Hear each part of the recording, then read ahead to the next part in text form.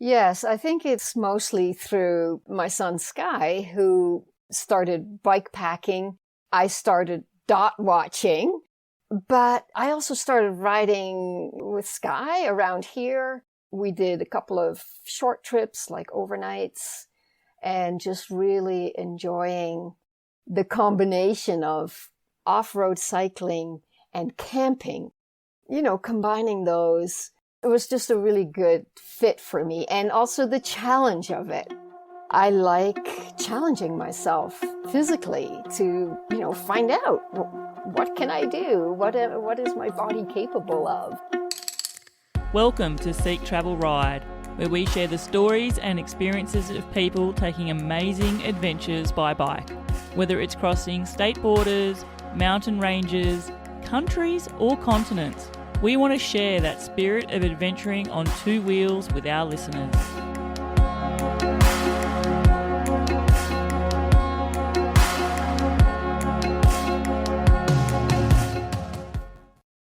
Hello listeners, I'm your host Bella Malloy, and our guest for today's episode of Seek Travel Ride is May Tettero. Now, what happens when the thing that once gave you the greatest sense of freedom is suddenly taken away? Well, for May, cycling was more than just a bit of fun, exercise or a way to get around town. It was actually a part of her identity. May was born and raised in the Netherlands, so she grew up in a culture where the bicycle was central to daily life. But then at age 13, her family immigrated to Canada and everything changed. She suddenly found herself in a car-centred world, disconnected from independence that riding a bicycle gave her. It wasn't until a few decades later, after raising 3 children and building a great career as a psychotherapist, that May finally found her way back to bike adventures, and in doing so reconnected with herself. From touring Cuba to bikepacking the Camino de Santiago as a way to process grief, to tackling challenging routes such as the Baja Divide, with her son by the way, May has embraced incorporating taking bike adventures into her life in a way that has been so energising for her. She's also equally passionate about challenging our views on ageism in bikepacking and proving that these kind of adventures, well, they're not just ones that need to be reserved for young people by any measure. Listeners, I am sure we are up for an inspiring conversation as we all learn more about May's journey back to the bike and how embracing adventure has been such a fulfilling experience for her. May Tettero, welcome to the show. Thank you, Bella. That's a beautiful introduction, and I'm thrilled to be with you today. I'm stoked to be with you today. Listeners, May first got in touch with me, it must have been nearly a year ago, and she has actually shared one day of her trip in a mini episode. I'll be linking it in the show notes, you can listen to that. But since that time, May and I have been exchanging messages and emails, and I have wanted to get her in for her own interview. We're here now, May. I've got a long list of questions for you, but as a listener to the show, you will know that the question I start my show with, and I ask it of all my guests, is, May Tettero, do you remember the very first bike you ever rode? Oh, the first bike, I do not remember the actual bike. But what I remember is being 4 years old and the feeling of riding my bike and feeling very light and free and feeling the wind go past me. And just that sensation of freedom. And I do remember the little basket I had on my bike with a Tupperware cup with a lid that had my drink. I had my bathing suit and a little towel because that's how I would spend my summers, is ride my bike to the pool. And Mom was with me, but she was way behind because she always let me have that feeling that, I was on my own and free to explore. So that's what I remember about my first bike. I have no idea what color it was or anything else.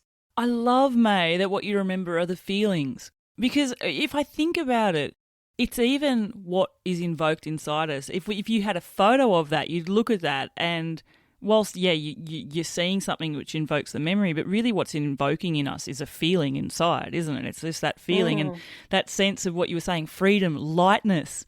And oh my gosh, I loved your mum, that idea that she gives you space so you feel like you're out there on your own, adventuring through the world. Something I've commented on with previous guests is, you know, when you're a child, like even taking a ride that might have been 1 or 2 kilometres feels like the longest adventure in the world. Do you get that as well? Yes, definitely. I remember many different places that I would cycle to, and in my mind, they were like long trips. But now when I go back to the Netherlands, it's like, oh, that was only 3 kilometers or, and it's funny that way how in memory it was really far, but in reality, of course, as an adult, it's not that far.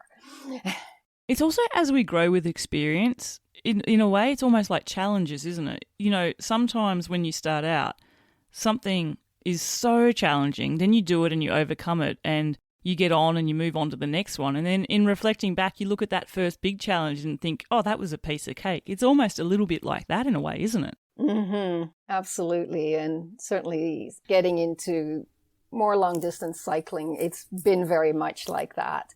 I remember the first time I rode 100 kilometers, which seemed like a miracle to me because coming from the Netherlands, riding 100 kilometers is like going halfway across the country. Yeah, I remember that very well. You're right. It's like that. But it's funny how that is one of the biggest milestones, especially people who are new to the sport. That 100, whether it's kilometres, miles, whatever, it's like that first big milestone barrier that, again, seems insurmountable. But then we set ourselves many challenges, and it could be 1 day in a row of riding big distances to 2, to a multi-day bikepacking, to an overnighter, credit card touring, wild camping. It changes as we go around. I want to, though, take you back to your time in your childhood in the Netherlands. You sort of hinted that summers were spent riding your bike to places, mini adventures. It was really a part of your identity, wasn't it? Like the bike and the way that you reflect back on that time, you were really connected to it that way, weren't you? Yes, that was true for my whole family and, my friends. And we basically lived on our bikes. There's not a day that went by that, we weren't on our bikes. And that was all of us. Like my father, I remember sitting at the window and seeing him go off to work in all weather, winter, rain, it didn't matter. He would go to work. He'd be wearing a suit and a tie, have his attaché case on the back, and he would go to work on his bike. And it was absolutely unthinkable that we would get the car out of the garage because it was raining. Like that just was not a thing. My mom too, like she would do all the groceries on a bicycle. And certainly I went to, school or my extracurricular activities on my bicycle. That was just how we lived. I guess coming from the Netherlands as well, it's not just how you lived. Like I think it's part of, that sort of Dutch culture as well. Very much. You weren't very much the oddball family that does everything on bikes. It's just the way of life there, wasn't it? Absolutely. And it's a country really set up for cycling because it's very much safer. There's a lot of bicycle paths and bicycle traffic lights and parking for bikes. So yes, it's very, very much part of the Dutch lifestyle. Yeah. Was the outdoors part of your life a bit as well growing up? Like, was your family that sort of outdoor-minded type of family? Like, what were your family holidays like? Mm-hmm. Yeah, most of my childhood, we lived on the edge of a city, and across the street was about an acre of very mature bush. And that acre of bush was my world. I played endlessly in there. I climbed a lot of the trees. I carved my initials into trees. And being right on the edge of the city, I could, take my bike and go to the stream, and I would take my sketchbook and go out into the countryside and draw horses and things like that. And our family holidays, we definitely did a lot of camping, but it was, car camping. Then we would drive to Italy and camp there for, 3 or 4 weeks, and then drive all the way home or to France or to England. But, being outside, certainly Sundays, going for a Sunday family bicycle ride was definitely a thing we did often. My father was really into gardening, so we would, he would be out in the garden a lot, and we'd go berry picking and things like that. The idea then that, as a family, you're sort of connected to the outdoors in different ways. It's part of what you do, the Sunday rides together. Something that I really reflected on, May, was the age that you were when the family moved. 13 is such a interesting age for us all to go through. It's an age where we're going through so many different changes in our bodies. We're finding our own personal identity in a way. And then to uproot and shift to a totally new country, that must have been quite, I don't know what the right word to use would be. Maybe unsettling, but it certainly, it would have been quite challenging for you to navigate through that. Yes, it was very difficult, I would say. My sister is 5 years younger than me. She found it a lot easier. She could adjust a lot quicker. But for me, it was quite painful to leave my friends. I even had, a boyfriend at the time. Yes, so I was in love, but I had to, leave him. And at that age, I was also a little bit rebellious and critical, and moving to a different country was not at all what I wanted to do. And it was hard. It was a very hard time. I guess in sync with that, it's a different lifestyle as soon as you get there as well. It's not just a case that, you've said goodbye to your friends and the familiar landscapes and your familiar routines. You're navigating new schools, new ways of life, and as I said in my intro, moving to a country that's much more car-centric. So that changes your routines in a way as well, didn't it? Absolutely. We came to Canada at the end of June, so at the end of the school year. So I had the summer before going to school to try to learn some English, to try to get used to the place. And I remember, I knew I was going to be going to school in the next sort of village, let's say, that was 4 kilometers. And we had brought our bikes from Holland, good sturdy Dutch bikes. And so I tried to ride my bike to this village so I could see where I was going to go to high school. And it was absolutely terrifying. There was no shoulder on the road, no bike lanes, which is what I was used to. And the drivers were not at all used to sharing the road with cyclists at that time. This was the late 70s. It's gotten a lot better now here in Canada, but at that time, drivers just didn't expect to see a cyclist on the road. So it was really, really terrifying, and clearly not something that was safe to do. And I remember the first day that I went to high school, going to the end of our street and waiting with other teenagers for the school bus. And I remember standing there thinking, this is completely insane. The school is only 4 kilometers. We could all easily ride our bikes there. And I certainly would love to ride my bike there. But now we are like sheep. We are being loaded onto this bus and driven around until we get there. And to me, this was complete craziness and further evidence of what a terrible country Canada was.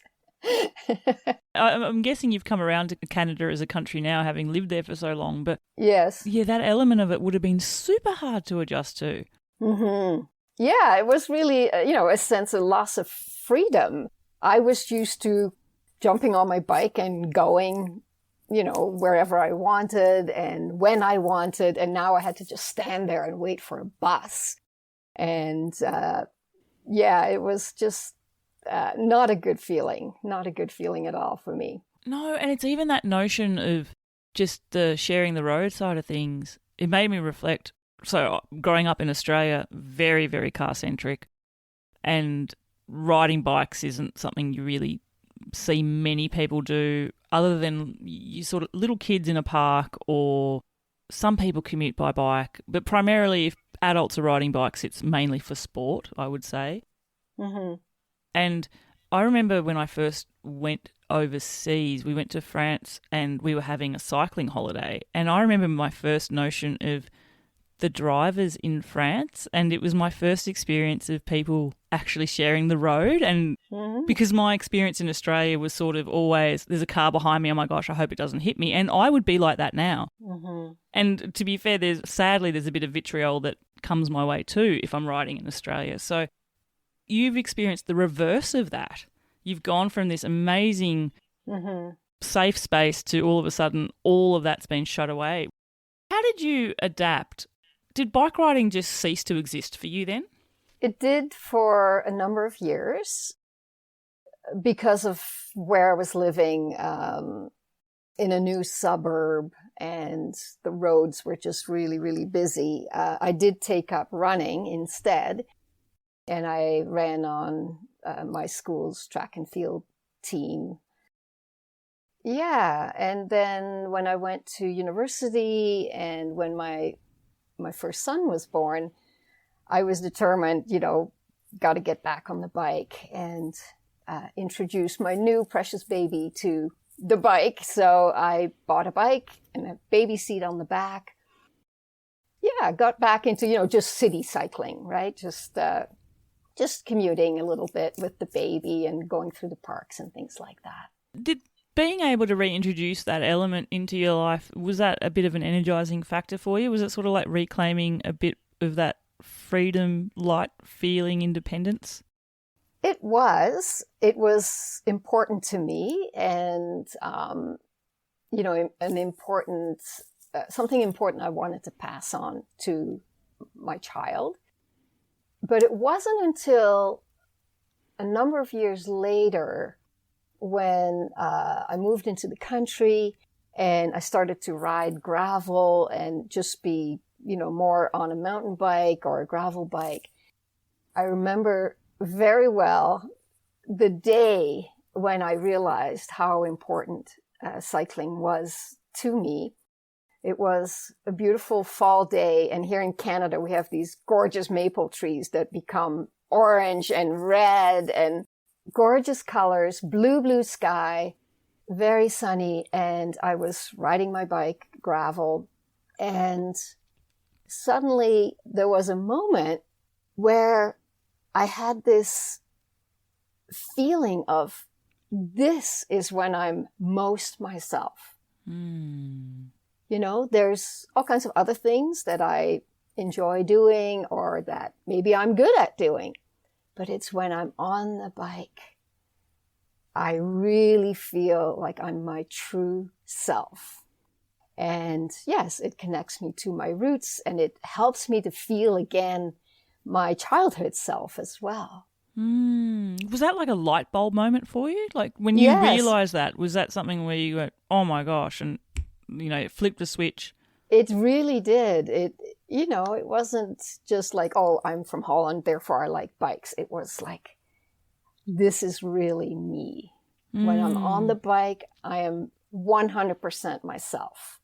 I can so resonate with that, May, because I've certainly had periods in my life where I've not been able to be on my bike, and yeah, it's not been fantastic, and it has felt possibly a bit like you waiting for that school bus and feeling like you're locked in, and here we are. I don't have that sense of freedom anymore. From that light bulb switching off, was that a way then for you to realize, I need to do more of this? Yes, very much. It was around that time that I remember I took my my son to the barber in town, and we had a woman barber in our town. And I saw some photos on the wall of her and other people with bikes.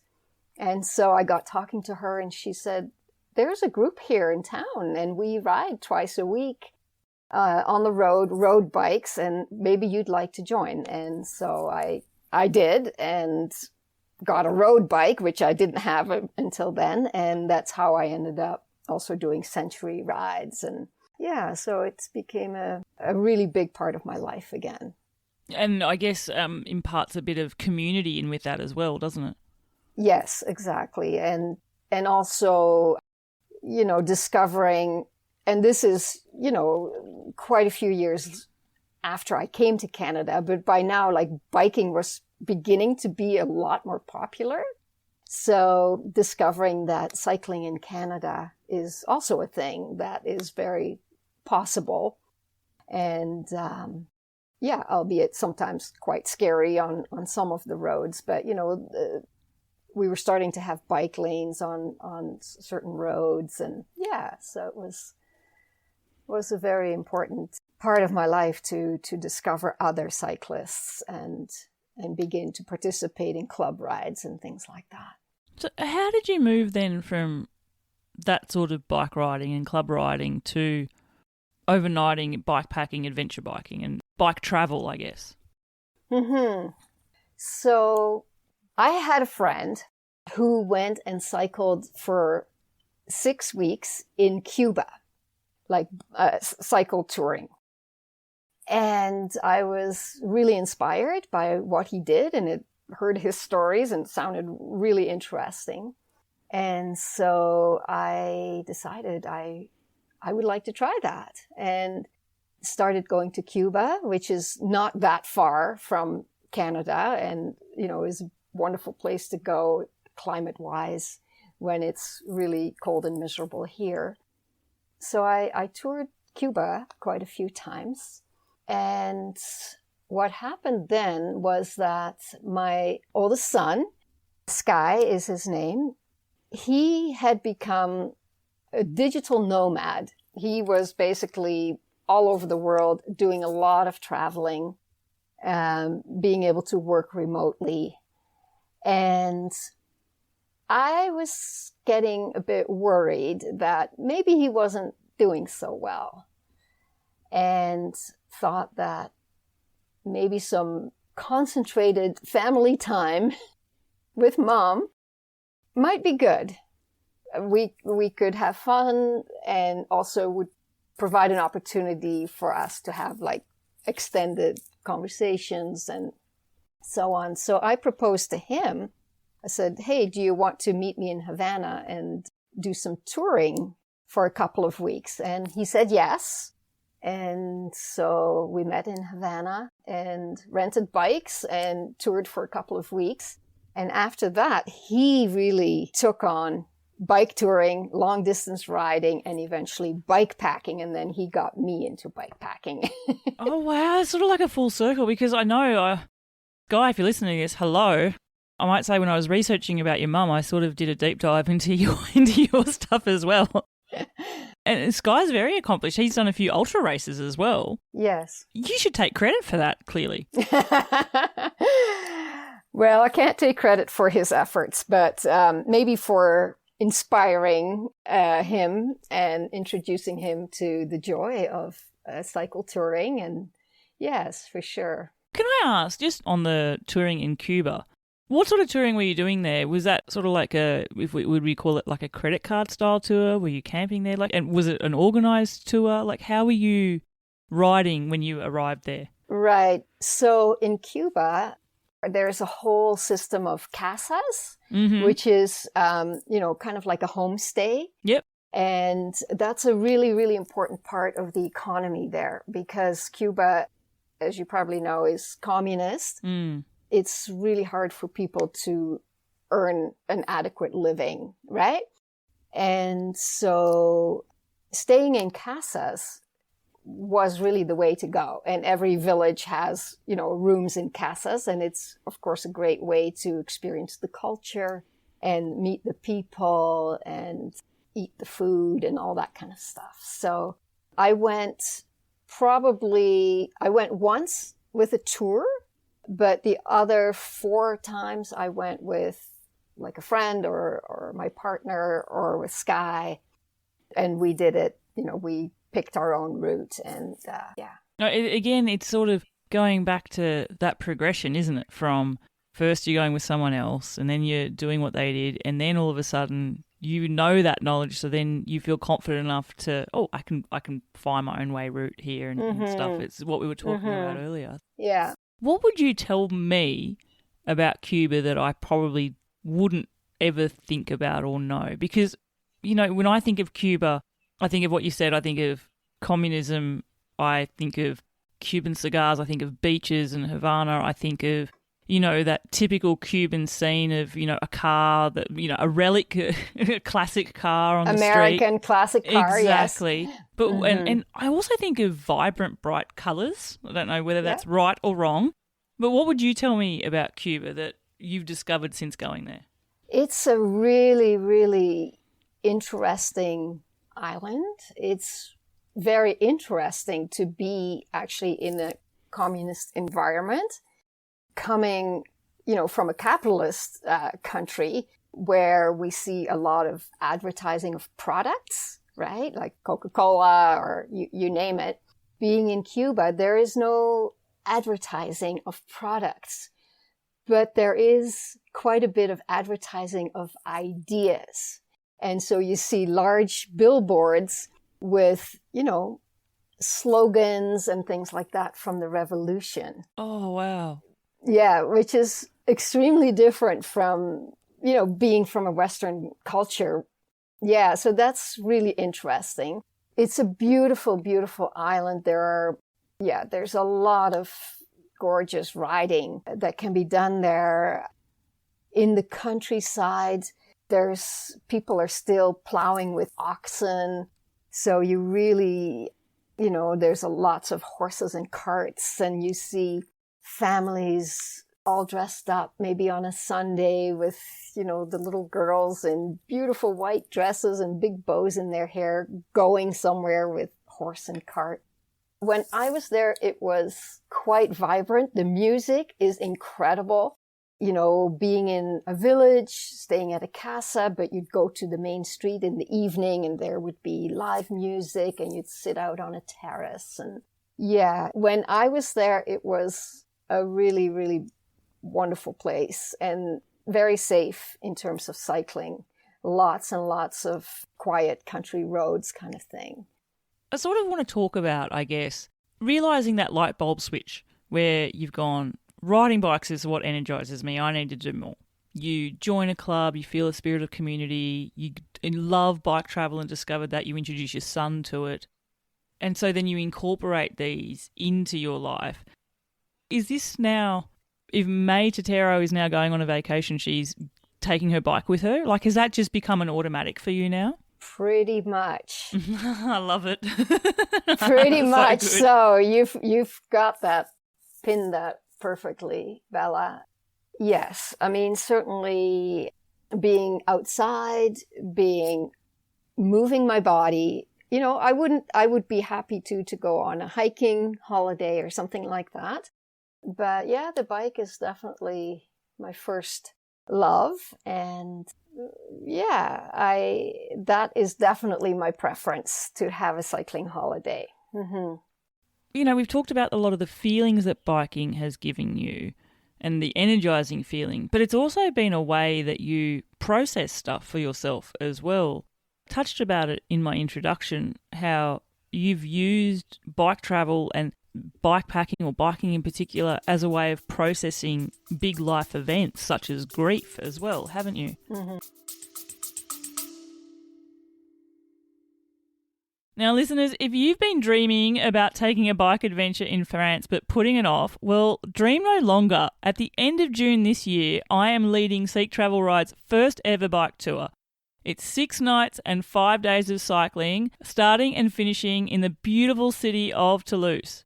So picture this, you're going to join me and a like-minded small group of people rolling through stunning scenery, quiet roads, charming villages, heaps of history and culture all along the way each and every day. Plus, all your meals are catered for, hotel stays are included, and you've got me as one of your ride leaders. Head to seektravelride.com or click the link in the show notes, find out more about the tour and book your spot. Don't delay, there's only a couple of spaces left. Now back to the episode. Yes, definitely. My mom passed away in 2022, and that was very difficult for me. It was like I was hit by a truck. I think for many, many reasons. She was, my last parent, let's say. My father had died 20 years earlier. And so to suddenly feel like, I don't have parents anymore, that was really a strange experience for me. Also, Mom was the last person I was still very regularly speaking Dutch with. That fell away, and yeah, there was a real sense of loss of her as a person in my life, but also the connection to my home country, my home culture, maybe my history, let's say. So that was definitely very challenging, and looking after her estate, dealing with all her things. Can't keep everything, but giving away or throwing away things that had still been, had been with me since birth, right? The certain little dishes that had been on my breakfast table my whole childhood. But, I can't keep everything. So having to part with these things and, going through her papers and her photos and a lot of memories and a deep, deep sense of loss for sure. So after all that got done, that took about a year. I decided I really wanted to take a long break from my work. And I went to Europe for 2 months, first to the Netherlands, where I connected with my cousins who had lost their mom, who was my favorite aunt the year earlier. And they are both really into cycling. So with my cousins, I rode what's called the Green Divide. And the Green Divide is sort of a tongue-in-cheek reference to the Great Divide in North America, right? And it's quite funny because, of course, the Great Divide is from Banff to the Mexico border. It's over 4,000 kilometers, right? And very mountainous. Quite a lot of elevation in those 4,000 kilometers. Yes. And the Green Divide in the Netherlands is actually quite a miracle because it is 300 kilometers of off-road cycling. And for the Netherlands, that is quite amazing, right? Because it's so built up. So my cousins and I, we bike packed the Green Divide over 3 days together. And that was really, really special. And then I also connected with a good friend who I've known since grade 2. So we've known each other for a long, long time. And we did a cycling tour, and then I went on to France, to Lyon, and then by train to Le Puy-en-Velay, and started there to ride the Camino de Santiago. And I was alone then, from then on, and really wanted to do this route to basically process the loss of my mom, really also the loss of my father. And, the Camino is often walked. It's a pilgrimage route. And when I was, researching about the Camino and hiking it, because I also enjoy hiking, but there was a lot of talk about, you get this Camino family and you form this group of 10 or 12 people and you walk together and you tell each other your life story and and I thought, no, I don't want that. I don't want to be in a group. I need to be alone for this. So I decided to cycle it. Yeah. I mean, that's a fair point. It's your pilgrimage, isn't it? And I could imagine that Because there would be people who would really embrace the idea of building this Camino family and building the friendships of that. I've spoken to other through hikers before, for example, that have, through hiked, Pacific Crest Trail or something, and you form big bonds with people when you're going those sort of distances together. And I can see that as being like a real big positive at times, but also it has to be back to the reasons and your motivations for taking the journey itself. And as you say there, you're processing all this stuff that's happened, you're processing grief. It is time for solitude and time with yourself, isn't it? Yes, and I think also being a psychotherapist, I listen to people all the time, right? People's, who are going through things or are at a very low point in their life. And I really needed a break from that. Yeah. Yeah. So that's, that's why I chose to go alone. Do you think you'd ever want to experience the Camino in that other way? Because there's so many different Camino routes. There's a Camino route that actually goes through my little French village, which is quite cool. So I see some Camino walkers there. But do you think you'd ever want to experience hiking sections of the Camino, now having ridden sections? I think I would be interested in doing that, maybe once I retire. Yeah. Oh, if you ever do that and you come through my town, you have to let me know. I would love to, yeah. I'll host you. Okay. So bikepacking the Camino then as a way of processing, I guess, not just possibly grief, but also processing those inner thoughts. Is that something that, I guess the way I'd like to say it, May, is I know personally, for example, sometimes I need time alone on my bike to I either think of everything or I think of nothing. Were you that way before the Camino ride? Like, were you using, your time spent riding as a way of, as that sort of, people often, for example, say, riding is my mental health, medication, whatever. Were you doing that in a way before the Camino? Yes, absolutely. Working as a therapist. Oh my gosh, the vicarious trauma. Yes, exactly. And it's a hard profession and many people burn out. And I've certainly had periods in my life when I've had to take a break because you witness a lot of suffering. And, I've heard thousands of stories that are painful and really difficult to hear. And I learned early on that when I'm not at work, I need something completely different. And what that completely different is for me is being outside, being in nature, and not sitting still. I need to move my body. Because in my work, I'm basically sitting with people, right? And that's actually one thing I don't really like about my work. I love my work, but the sitting still is not something I really care for. So when I'm not at work, I need to be moving. And out in nature, I need to be away from seeing human suffering, right? I need to not binge watch, the news or work at, a soup kitchen or something. I need to do something completely different.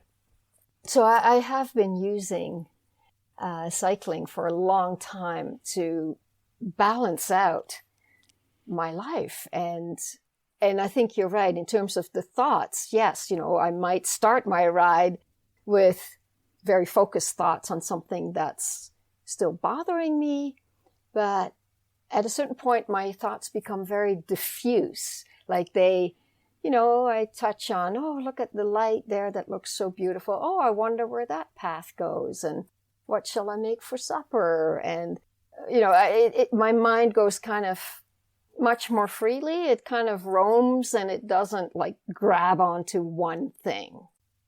That's quite helpful for me, I find. Do you find that becomes more and more when you're on multi-day rides as well?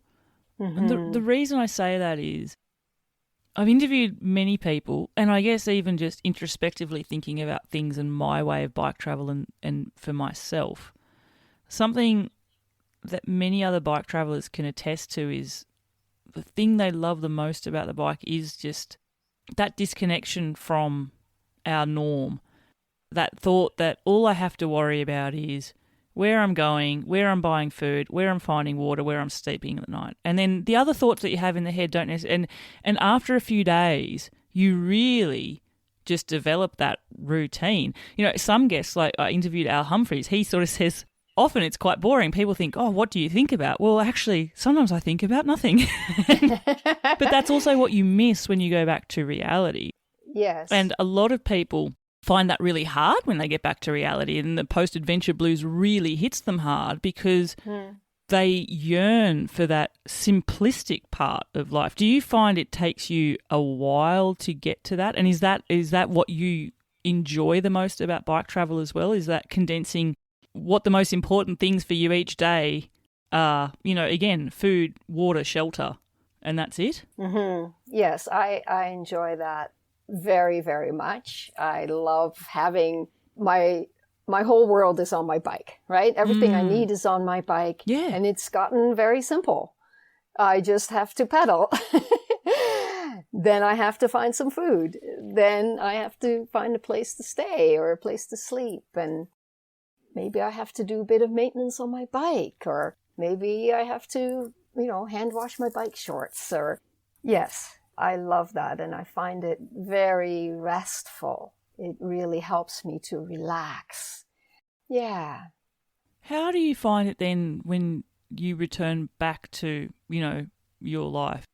Returning back to being a therapist and listening to people suffering and those stories. Like, do you find yourself restless with wanting to get back onto the bike? I mentioned post-adventure blues, and listeners, I mentioned it with May as a topic before when we were talking about what we would discuss. And May, you said you find that you don't actually really suffer from that, which I thought was great.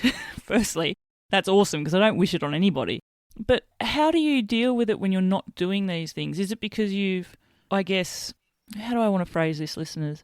May, is it because you know that you use your bike adventures as a way of disconnecting? So you know that that's what you've done. So when you go back to it, you're not worried because there will be something else that you'll disconnect with down the track? Or how do you deal with that side of things? And how do you find, why do you think post-adventure blues don't hit you so much? Mm-hmm. Yeah, I was thinking about this, and I don't know if it's because I don't go on really long adventures. I don't go away for a whole year or 2 years or something like that. But the other thought I had was, I love being on a bike adventure. I love being out there. And I also have noticed that, I start to really miss my grandchildren, and I want to see them, and I want to go home to them, right? I want to see them and play with them. I start to even miss my work, which has been really affirming for me that, yes, this work is still really important to me. It still inspires me. It's still something I really want to do. And that has felt really good, discovering that. Because, it might have happened that I go away and I love being on the bike, and then I find out I don't want to go back to work, but I do. I start getting really curious again. I want to see my clients. I want to meet new clients. I want to learn a little bit more. So that's just been really lovely in my life. I think that when I'm away, I love it. And then I'm also happy to come back to my husband, to my home, to my garden, my friends. Yeah. Yeah. So it's finding that would you say it's a feeling of being content with where you're returning back to? Mm-hmm. Yes, very much. And also, I guess it's reaffirming your identity in a way too, isn't it? Like you identify as being in that area, having a family, being a mother, being a wife, being a therapist to someone. That's part of your identity. So it's not something you want to disconnect from permanently. No, exactly. And the other thing is that I live in a beautiful area, and I also really love these micro adventures, right? Oh, I love this. Yes. Tell me about a micro adventure. So it's something like, last time I was out on my bike, I noticed a little gravel road with a sign that says no exit. And I'm curious, where does that go?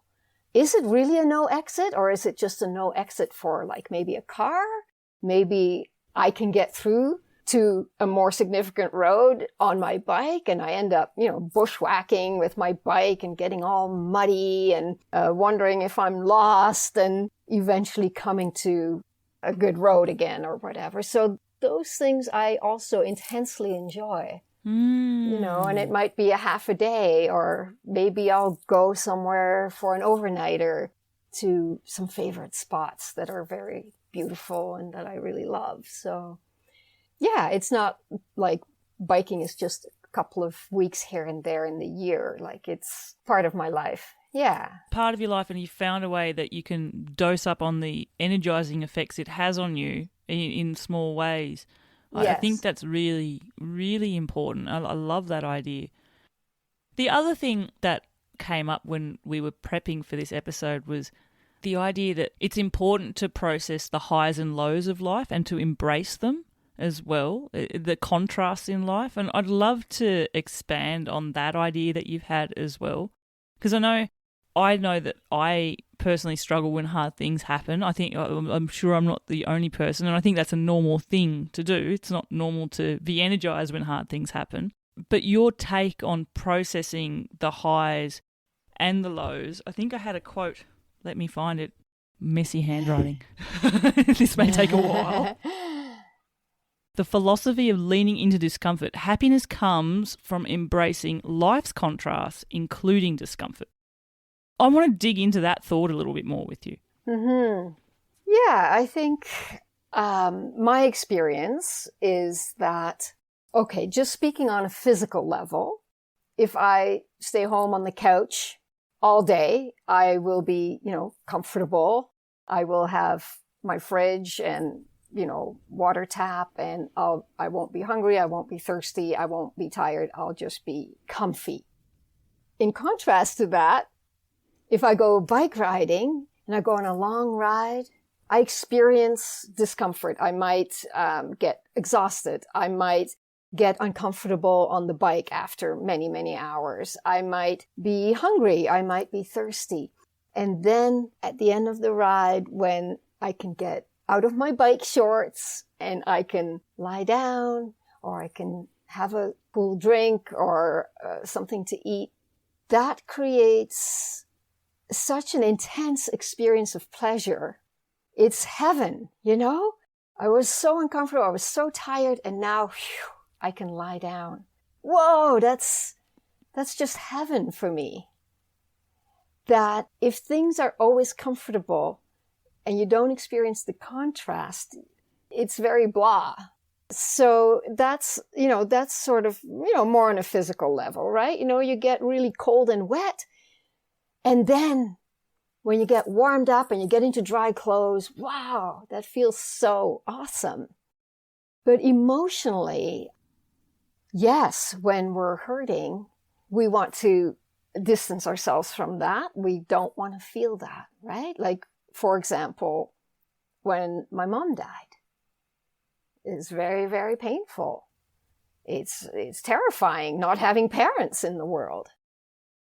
And I know from, not only being a professional therapist, but also from my own life experience, that if I push all that away, I become very flat emotionally. And I cut myself off from the hard things or the scary things or the painful things. But then I'm also losing the joy and the curiosity and my life energy. So leaning into the discomfort, whether physical or emotional, is really helpful, I think, in accessing like your whole being, or the full range of human experience, and therefore all your life energy.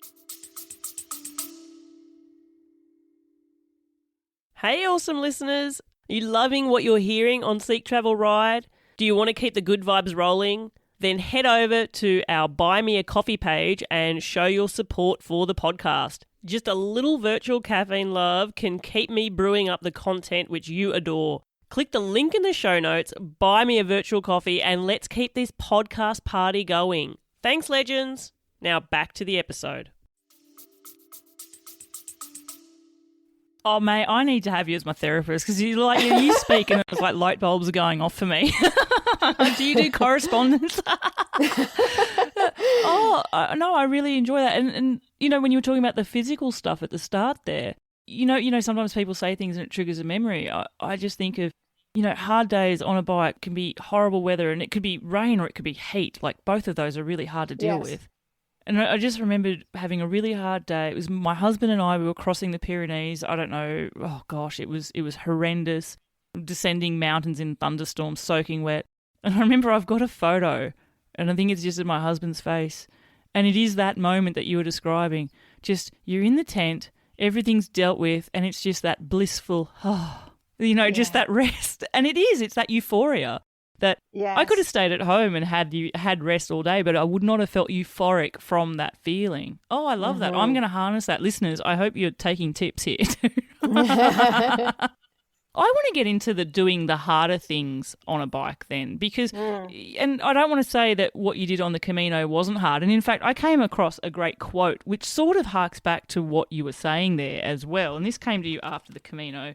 You said, after 16 days of riding hard, falling twice, getting lost many times, getting soaked with rain and sweat amidst outbursts of tears, I felt completely healthy in body, heart and mind. So it was sort of like doing those things and getting it through you was sort of reaffirming to you as well. But I don't know whether change is the right word, but I feel like your bike adventures are so vastly different to that Camino adventure now. Like that was a pilgrimage adventure and I can understand it, but you're doing things like you rode the Baja Divide, sections of that route with your son. That is not an easy route. That's not something that you just go, oh yeah, I'm going to go and do Baja now. And you're taking on those off-road routes. How did that side of your bike adventures come to being? Yes, I think it's mostly through my son Sky, who started bikepacking.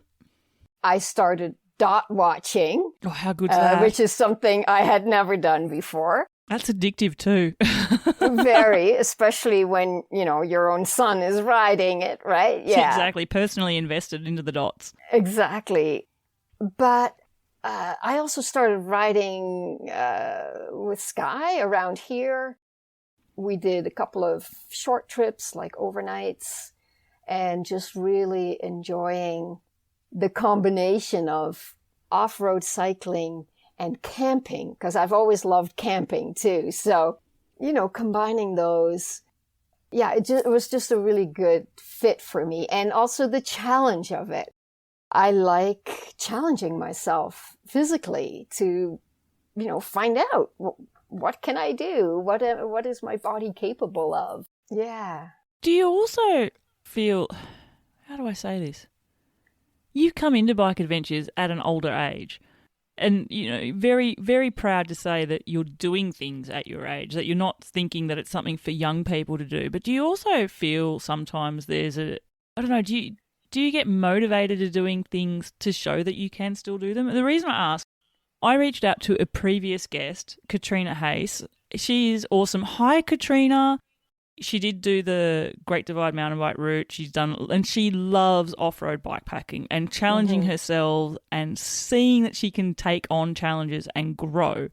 And I knew that I was interviewing you and I thought, you two have got a little bit of stuff in common. And I asked her, what question would you pose? And she said to me, I'd like you to ask May, does she feel like people underestimate her because of her age? And does that motivate her further to take on challenges? With that in mind, how would you respond? Well, for me, it's very strange to think of myself as an older woman. I don't feel that way. No, you don't look it either. You're awesome. I strive to be you, May. That's brilliant. You probably feel younger than I do. Yeah, I don't feel that way on the inside. My face under bad lighting definitely shows it, but I don't feel that way on the inside. I feel very, one of the great things about being older is that I don't work as much. I don't have to work as much. I don't have children that I'm supporting anymore. And so I have more time, which is awesome because, I can ride my bike more or go hiking more or do the things I love, cross-country skiing. But I'll tell you, I'm a grandmother. And I've been a grandmother for 15 years. My oldest grandchild is 15 and in high school. And there is a lot of ageism, a lot of, even within bikepacking community. And I remember watching when I was getting ready to ride the Camino on YouTube, a bikepacking video of two young, fresh women bikepacking the Camino. And there was a scene in that where they came late at night to a hotel room or a motel. I think it was a little motel. And sort of they wrinkled their nose and were like, oh, it's kind of like Oma, like grandma in here. Meaning what they were referring to, it's kind of like stale and stuffy in here. Right? And I'm sensitive to that. I'm an Oma, right? I'm a grandmother, but I don't like to be thought of as stale and stuffy, right? That's automatically, so that was just an example. I was like, wait a second, I'm an Oma. I'm going to ride the Camino. I don't think I'm stale and stuffy, and I don't want to be stale and stuffy either, at least not now. So, yeah, sorry, now I'm forgetting what your question was. No. It's sort of about combating ageism and right. Sort of like, do you relish the idea of proving to others that you can do these challenges as well, maybe? Or do you like taking on these challenges to show that, those ageism things aren't well-founded? I think so. I mean, I like not so much proving, but just maybe inspiring other women my age, right? Totally. Hell yeah. It's amazing what you can do. Like, I might be 60, but I can still ride my bike really far. Not very fast, but I can go far and day after day. Wild camping, solo wild camping, doing right. the thing in other countries. Yeah, and, if that inspires another woman to like, oh, maybe I can do that, even though I'm 50 or 60, or older, then that's great. Yeah. Do you find then that I've talked about this notion a few times now, May, of as you get into bike adventures, the types you take get a little bit more challenging as you progress. Do you find that you are specifically seeking out more challenging routes as you progress, or not necessarily at all? Like, is that a motivation for you, the extra challenges each time? Well, the Baja Divide was exceptionally challenging. And, that was Sky's suggestion that we do it together. And I enjoyed it, but it doesn't have to be that challenging for me, Mm. But the challenges that I'm interested in right now, this year, is getting more comfortable with night riding, getting more comfortable with wild camping by myself. Mm-hmm. Maybe I could ride 200 kilometers in a day on gravel. You so could. I believe in you massively. I've never done it, but that is a challenge. I would, like to see if I can do that this year, just for fun. How awesome. How awesome. And again, setting little mini challenges. I tell you what, something that struck me, oh gosh, it was, my goodness me, it's nearly 3 years ago. I did my first and only ultra, and that was a big challenge for me. I'd done big rides before, but never consecutively. I signed up to this ultra, May, not realising that it actually started at 10 o'clock at night. Ah, yeah. And that scared the bejesus out of me because it was like, oh my gosh, this is not what I had planned. Mm-hmm. I nearly balked, but I got to the start line and thought, let's just see where the adventure takes you. But something that I really realised that first night, because I pretty much rode through the entire night and I stopped at night time the next day. It was the biggest, hardest day I've ever done in my life. And then I had 2 more of those. But that was the most alert and aware of all my entire senses I had ever been. It was the most mindful I've ever been on a bike. I could feel the air. I could hear everything. And there was this awesome moment which happened at about 3:30, 4 o'clock in the morning. And I was riding, this was in Normandy in northern France, and I was riding through this tiny village. I remember just having this thought of, I'm doing this cool thing and none of you have, you guys are all missing out there. You're all tucked away in bed and look, how cool is this? I'm out here enjoying life. So I hope that when you do your night ride that you get those sort of feelings.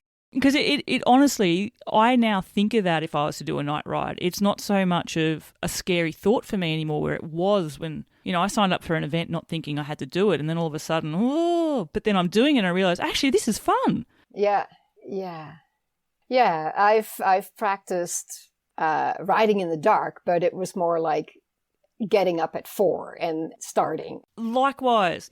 Yeah. I had done that before as well. And there's this, it sort of gets lighter as you go very, very quickly. Yes. As opposed to heading off knowing it's only going to be darker and darker for hours. Yes. It's a different feeling. Yeah. I mean, one of the talk about being a quote-unquote older woman, postmenopausal woman riding, one of the things I've experienced and struggled with the most is that it's hard for me to sleep. Oh, gosh, right? I hear you. Yeah, so the thought of, riding through the night and not getting any sleep and not being good at napping and stuff like that, that's kind of scary, but I'd like to try that and see what happens. Well, everyone's different, but as someone who also struggles sleeping, and if the one thing no one seems to tell you about this time of this change, everyone talks about hot flushes. No one ever told me that you wouldn't sleep. But for my experience, I found that just skipping a night's worth of sleep and riding to the other night on the next day, I fell asleep as soon as my head hit the pillow. Wow. I think it was the best night's sleep I ever amazing. had. So maybe that's a Yeah, that sounds great.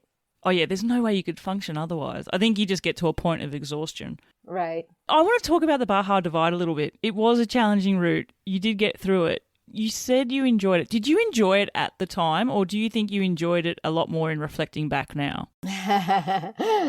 Yeah, was it type 1 or type 2 fun, right?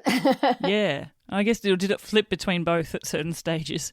Yeah, and for the record, I only did the first 800 kilometers of the Baja Divide. I didn't do the whole thing. So I would say there were whole sections that I absolutely loved. I love especially the morning ride. I love being on the bike early when the sun is still really low and it's just coming up.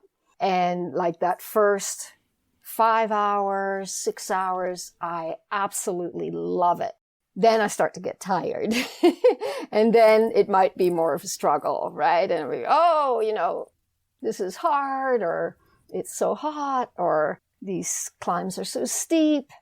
And there were, there were sections that were really challenging. There were a lot of hike-a-bike where I was cursing the route developer, who is Lael Wilcox.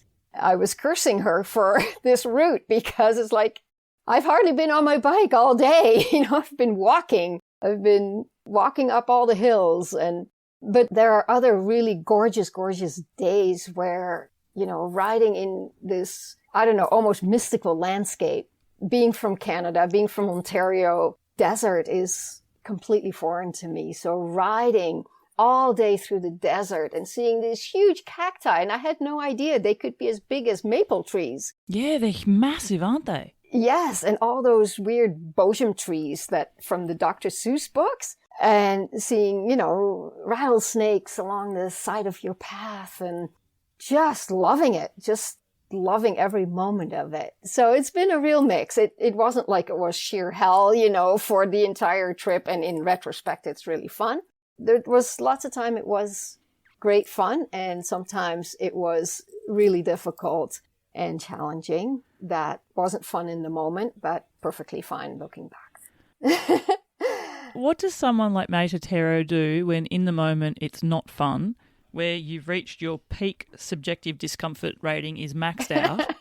And how do you snap yourself back into enjoyment again? Mm-hmm. Well, a range of things. You know, when Sky and I started off on the Baja Divide, the first 2 days, as Sky says, I turned into a pumpkin at 3 p.m. You know, I couldn't go any further. I would just lay down and refuse to go any further. Mic drop, May out. Yeah, okay. I cannot go for another second. And he was very patient, like, okay, Mom. And I just have a rest for a bit, right? And then feel better, be able to tackle it more. That went away after the first couple of days, by the way. I was able to stay on the bike much longer after the first section.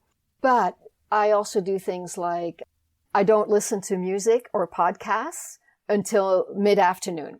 So the whole morning, I don't listen to anything and I'm just having a wonderful time. But then when I'm starting to whine and complain to myself, that's when it's like, okay, right, I'm listening to that book or I have that podcast or this music. So that is helpful to get through a few hours.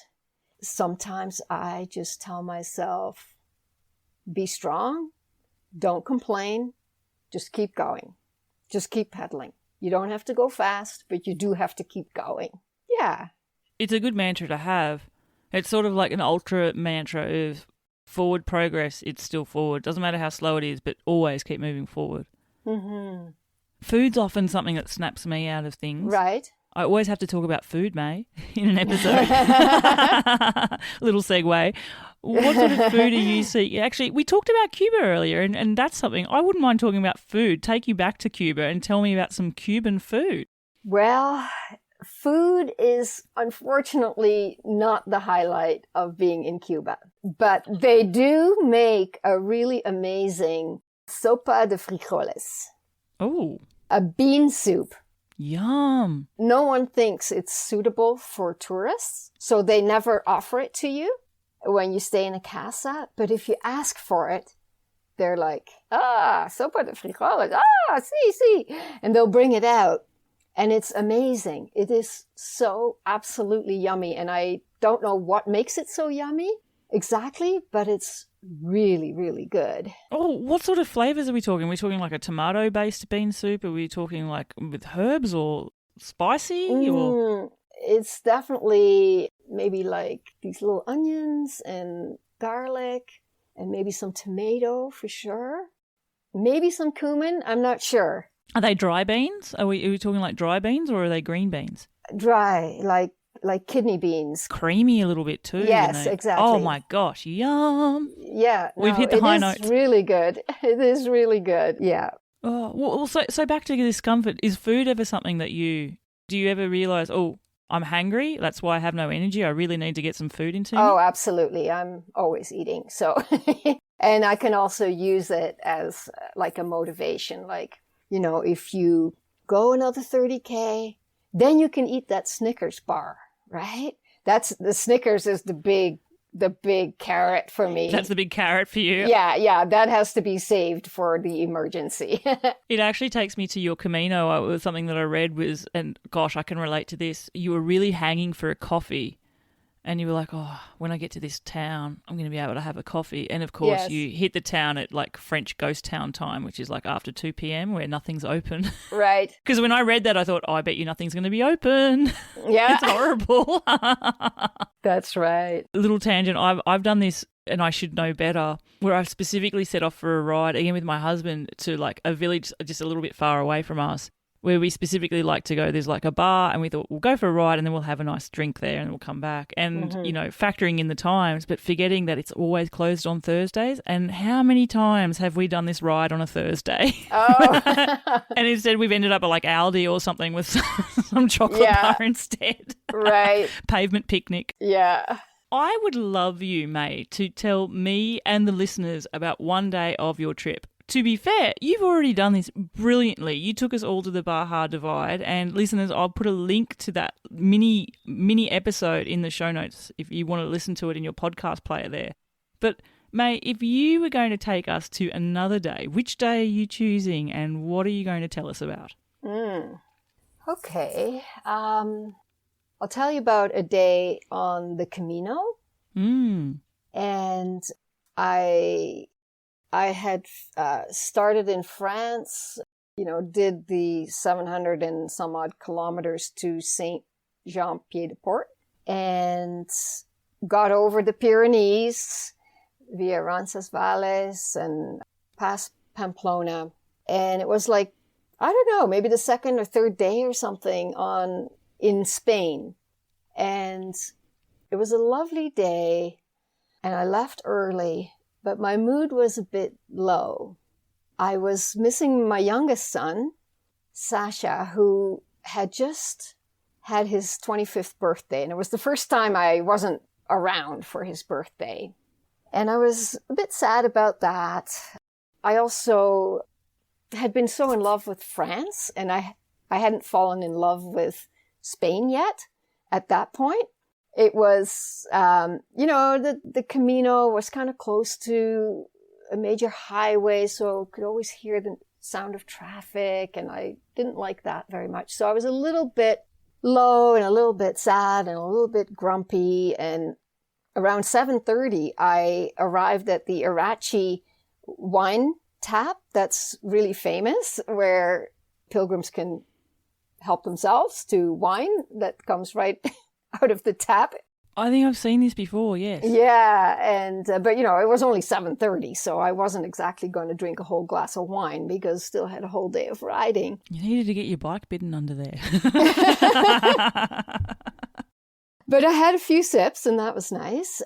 And then, carried on, and by about 8:30, I reached the beginning of the Meseta, which is the high plateau. It's very flat there, and it's all grain fields. And you can see a really long way. And I hadn't seen anybody yet that day. But I could see in the distance, I saw a pilgrim. I saw a figure with a huge backpack and thought, oh, there's somebody. And, I kept watching, and I realized this person is actually coming towards me. And I was confused about that. I thought, you're going the wrong way. Like, Santiago is that way, the way I'm going, right? Of course, I'm on the bike, so I'm moving a lot faster than him. But when we met, we both stopped, and he was indeed a pilgrim, big knapsack. I had seen that correctly. And he had two little dogs. And, I greeted him, good morning. And I said, do you speak any English? And he said, yes. Where are you from? Like that. Where are you from? I said, oh, I'm from Canada. And he said, oh, that's a good country. He said, I'm from the Ukraine. And he pointed to a button on his hat of the Ukrainian flag, the yellow and blue. And I was really surprised. You're from the Ukraine. And this was, it was just a year after the war had started, right? In 2023. So I said, what's your story? And how come you're going the opposite way? And we talked like in the middle of this meseta, right? Like grain all around and no one else in sight. The two of us are just having this conversation. And he told me that he had left the Ukraine the August before and had walked all the way from the Ukraine to Santiago de Compostela through the winter, that he had almost died camping in Austria and Switzerland. And he had, brought all his savings, which he ran out of. And by the time he got to Santiago, he had to sell his cell phone because he had no more money. And I'm just captivated. I'm just listening. And he said, yeah, and now I'm on my way back because I haven't been able to find any work, but I'm hoping to get to France for the grape harvest and maybe I can find some work there. And he said the churches have been very good, but this morning when I was in the last village, the church, there was no one there. So he had these bits of grain in his hand that he had been chewing on, but the grain wasn't even ripe like this. So I was just overcome. Like I was really overwhelmed by his story. And I said, my gosh, let me give you my snacks. Like I had a bunch of snacks that was, my ration for the day. I gave him that. I gave him all the cash that I had on me. And he was profusely thankful. But he looked at me and he said, "But what about you? Now you don't have anything. What are you going to do?" And I really found that very moving, that here's a man who has nothing. His country is being ripped apart by war, and he's concerned that I don't have anything for, until I get to the next town. And anyway, we said goodbye and I wished him well. And when I rode away from him, I had this thought come into my mind, and I'm not overly religious, but I had this thought like, I feel like I just met Jesus on the road, figuratively, And I was just from my low mood and like, oh, I miss my son, and I wasn't there for his birthday. I was suddenly filled with gratitude and so acutely aware of what I have and how blessed I am and how privileged I am and how happy I am to be cycling here. And it just turned me around completely, meeting this amazing man. Yeah. Oh, what a profound moment. Yeah. That sort of sense of, you're giving him food and nourishment and stuff physically, but what he gave you in that moment is, it's still with you now. It's so impactful, right? Exactly. What he gave me was so much more than the measly couple of things that I gave him. Absolutely. And that's very much how it felt. That's why I had this, this thought come into my mind. I feel like I just met Jesus on the road, and that apparently is a biblical story. I didn't even know that at the time, but it just came into my mind. Yes, I really felt like he gave me a gift. Gosh, I wonder what's happened with him. You must wonder that too, do you? I do. Yes, I do. Because he sold his phone. It's not like you can just send him a message. No, exactly. And, I'm not on Facebook or Instagram anyway. So, yeah, we didn't exchange anything like that. Just our names. Yeah. Super profound, May. Oh, my goodness. This whole discussion with you has just been really enriching for me. Okay. It's been fascinating on so many levels. And I always say this, the common theme all my podcast guests have on this show is obviously the bike adventures. You've done a bike adventure, that's why you're on the show, but it's really the human stories, the connectedness, those stories, they're what are most impactful for me. And I'm sure listeners, you've been tuning into May and feeling exactly the same way as well. I have to say, what adventures are you gearing up for then? I mean, I know we've talked about challenges, but what about just in general? Like, what adventures have you got? What's your next adventure plan? Well, I'm leaving in a month to do another bikepacking ride with Sky, who is in Europe right now. And we are going to meet in Palermo on Sicily. Oh, beautiful. And yeah, we're going to do the Sicily Divide. Oh my gosh. Yeah. Oh, yeah. You need to spam me in my email because I can't see it on your Instagram. Sky, Right. I'm going to stalk you again there. In fact, Sky, get in touch. I'd love to talk to you. But what a great thing. And has this sort of mother-son adventure bikepacking sort of thing, has that become a little thing that you're now looking to do more regularly with each other perhaps? I hope so. I mean, Sky really has to accommodate me because I'm a lot slower than he is. But yeah, I mean, he lives abroad a lot of the time. So, it's not like I can see him on a regular basis. But we do enjoy these bikepacking adventures, or we also enjoy going on canoe trips with other members of the family, grandkids, my other kids. So we definitely have a history of enjoying vacationing like that. Oh, I love it. And in your way, like not just with Sky, but with your own family as well, like bringing these facets of adventure into the way that you connect with each other is most likely super enriching for them as well as you. I can just tell. Yes. Oh, May, what a journey we've had. absolutely worth the wait to finally speak with you today. I feel anyway, and I hope you feel Thank the same. you. I do need to wrap the show up, and I ask it with the same 3 questions is how I finish with. The first one's music related. You hinted that music is something that you tune into to lift your spirits at the end of towards the end of a day. Mm-hmm. If you had to choose a song to be the soundtrack to your bike adventures, what song is going to represent you, May Tettero? Well, that's not an easy question. I think it's one of the hardest ones I ask, actually. But I chose a song that I enjoy, and it's maybe a little bit ironic because the title of the song is "It's Heaven When We're Home." And that's not to say that being away isn't absolutely awesome, but there are moments where it's like, oh, it's going to be heaven when I get home. And I have those moments as well, and really looking forward to reconnecting. And I think probably other travelers can relate to that.